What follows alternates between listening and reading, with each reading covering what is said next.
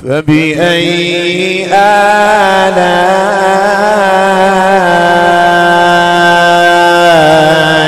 ربكما تكذبان۔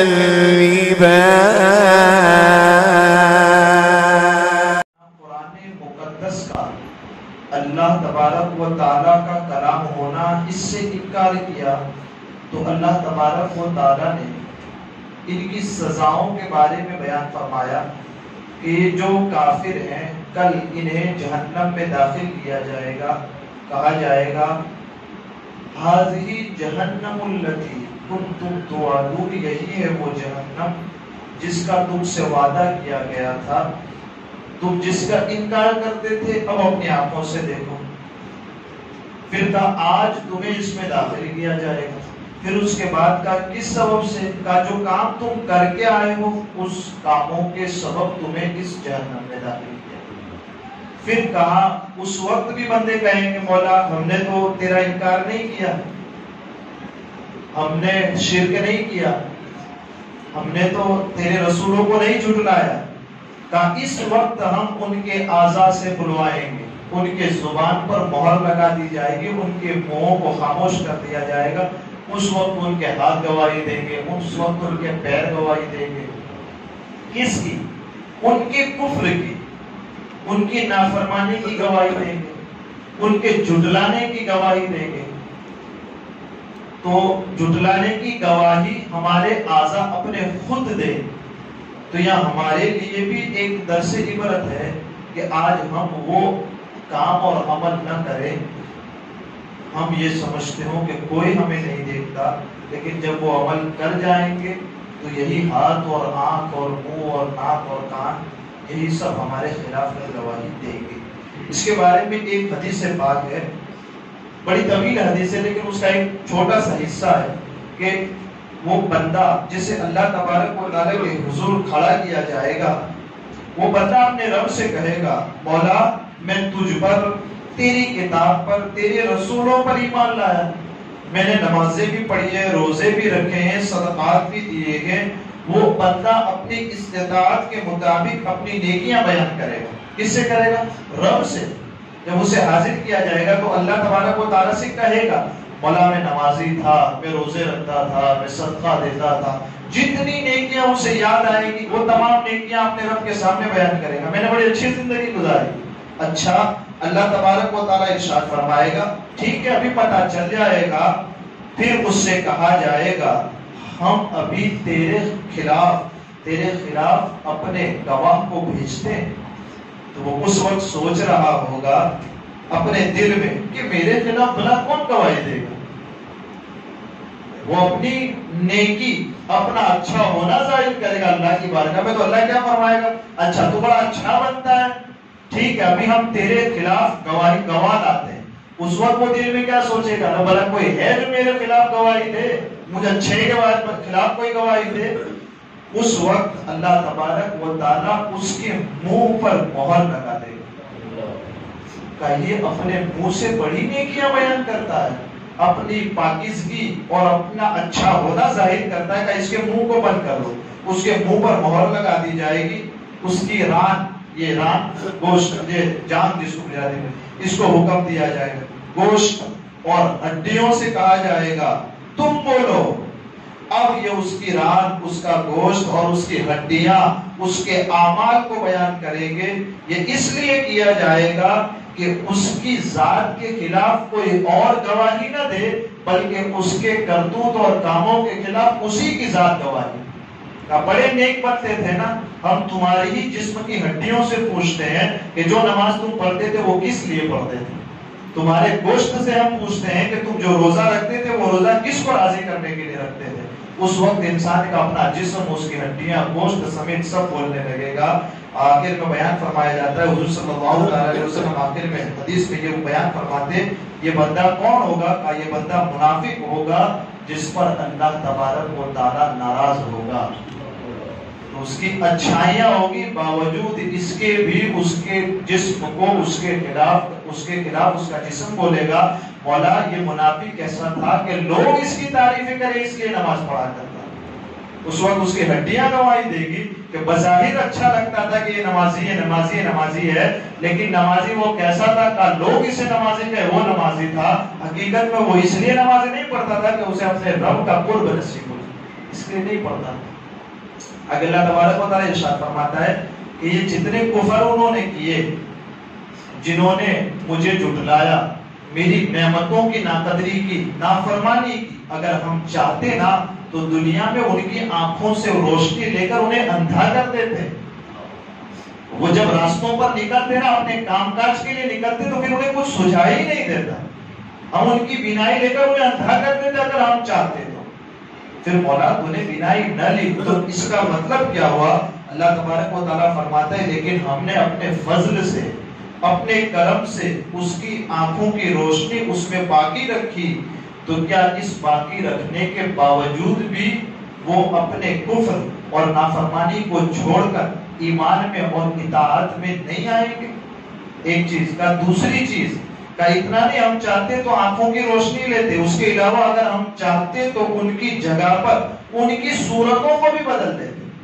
یا پہلے کی امتوں کی چہرے نہیں بگاڑ دی، شکلیں نہیں بدل دی گئی، خنزیر بنا دیا، کتا سوپر بنا دیا، اور نہ جانے کئی قسم کے جانور ان کو بنا دیا، انسان بندر بنا دیا۔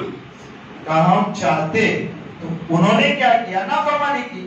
بھائی یہ ہم کو پیدا کس نے کیا؟ ہمارے رب نے۔ اگر ہم اپنے رب کی نافرمانی کریں تو کیا وہ رب ہماری چہروں کو بدل دینے پر قادر نہیں؟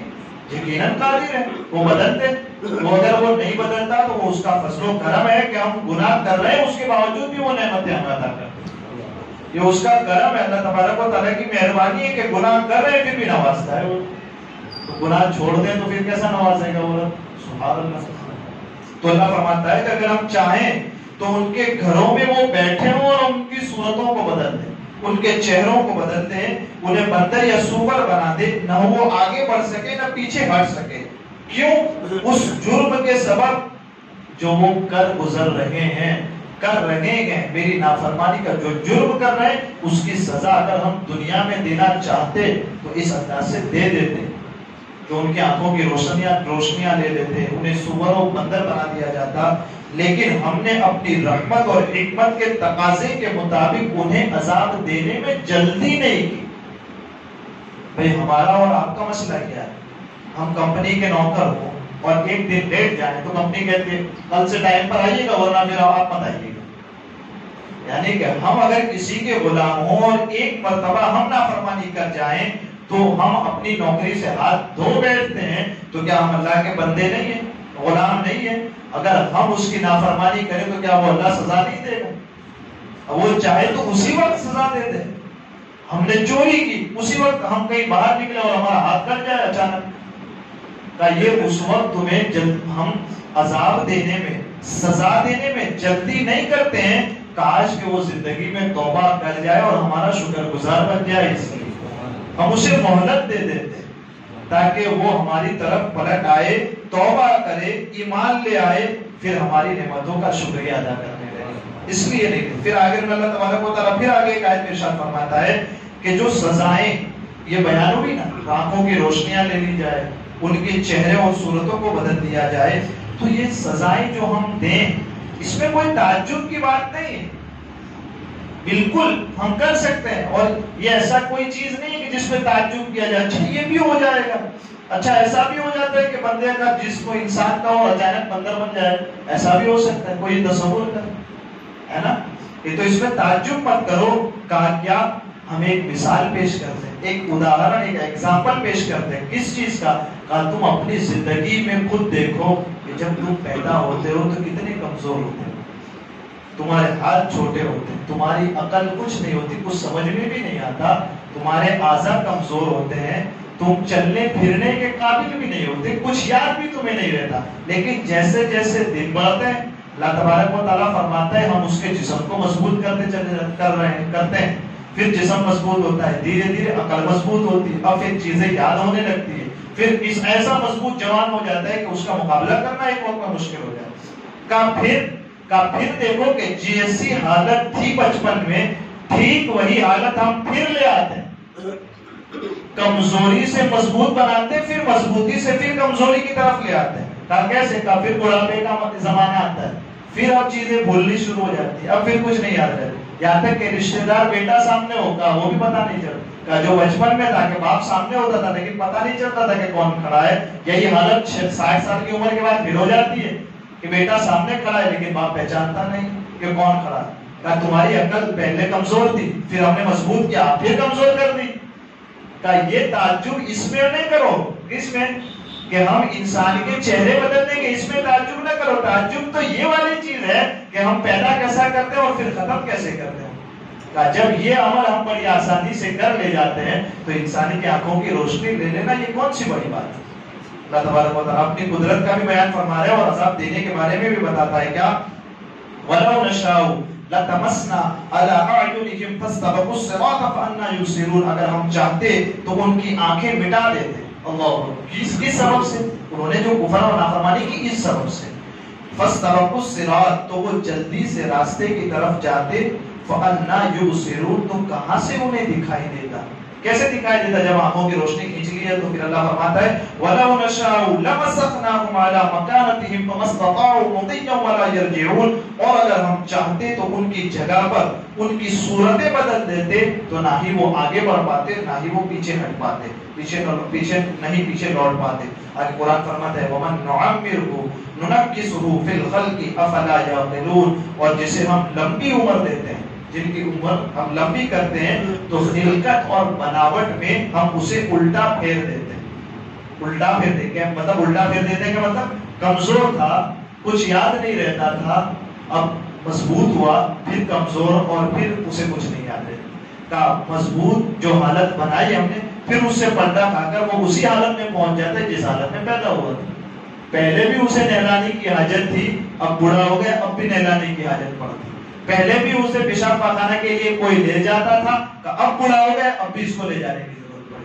کہ ہم خلقت میں یعنی بناوٹ میں واپس پلٹا دیتے ہیں پہلی حالت کی طرف. تو یہ ہے تو کیا تم سمجھتے نہیں؟ افلا یعقلون, کیا پھر تمہیں سمجھ نہیں آتا کہ ہم اگر چاہیں تو اسی وقت تمہارے جرم کی سزا تمہیں زمین پر ہی دے دیں, لیکن اگر ہم نہیں دیتے اور عذاب میں جلدی نہیں کرتے تو یہ ہمارے رب کا فضل ہے اور اس کی مہربانی ہے. تو یہ آج ہمارے بھی لیے رہنمائی کرتی ہے کہ اگر آج ہم گناہ کر رہے ہیں تو کہیں اس کا عذاب اگر اسی وقت آ گیا تو کیا ہوگا پھر, اور اگر نہیں آتا ہے تو اس سے ہمیں یہ نہیں سمجھنا چاہیے لاؤ ذرا ایک سگریٹ پیے دوسری بھی پی لیتے, ایک بوتل پیے دوسری بھی پی لیتے. کہا کچھ نہیں ہوتا, کہا کچھ نہیں ہوتا نہیں, ایسا اچانک عذاب آئے گا کہ زندگی ختم و تباہ ہو جائے گی اور پتہ بھی نہیں چلے. تو اس لیے ہمیں اپنے رب کی نافرمانی کرنے سے بچنا چاہیے, ان سے سبق حاصل کر کے اپنی زندگی اللہ تبارک و تعالیٰ کو راضی کرنے میں گزارنی چاہیے. اللہ تعالیٰ مجھے آپ کو سننے سے زیادہ علم و عمل کی توفیق عطا فرمائے. قرآن مقدس کی آیتوں کو یاد کرنے, اس پر عمل کرنے, دلوں میں بسانے, دوسروں تک پہنچانے کی اللہ عز و جل اپنے حبیب کے صدقے میں توفیق عطا فرمائے. کہنے میں سننے میں عمدن سہون کوئی خطا ہوئی ہو اللہ عز و جل اسے بھی معاف فرمائے. استغفر اللہ ربی من کل ذنب واتوب الیہ وصلی اللہ تعالی علی خیر خلقہ محمد وعلی آلہ واصحابہ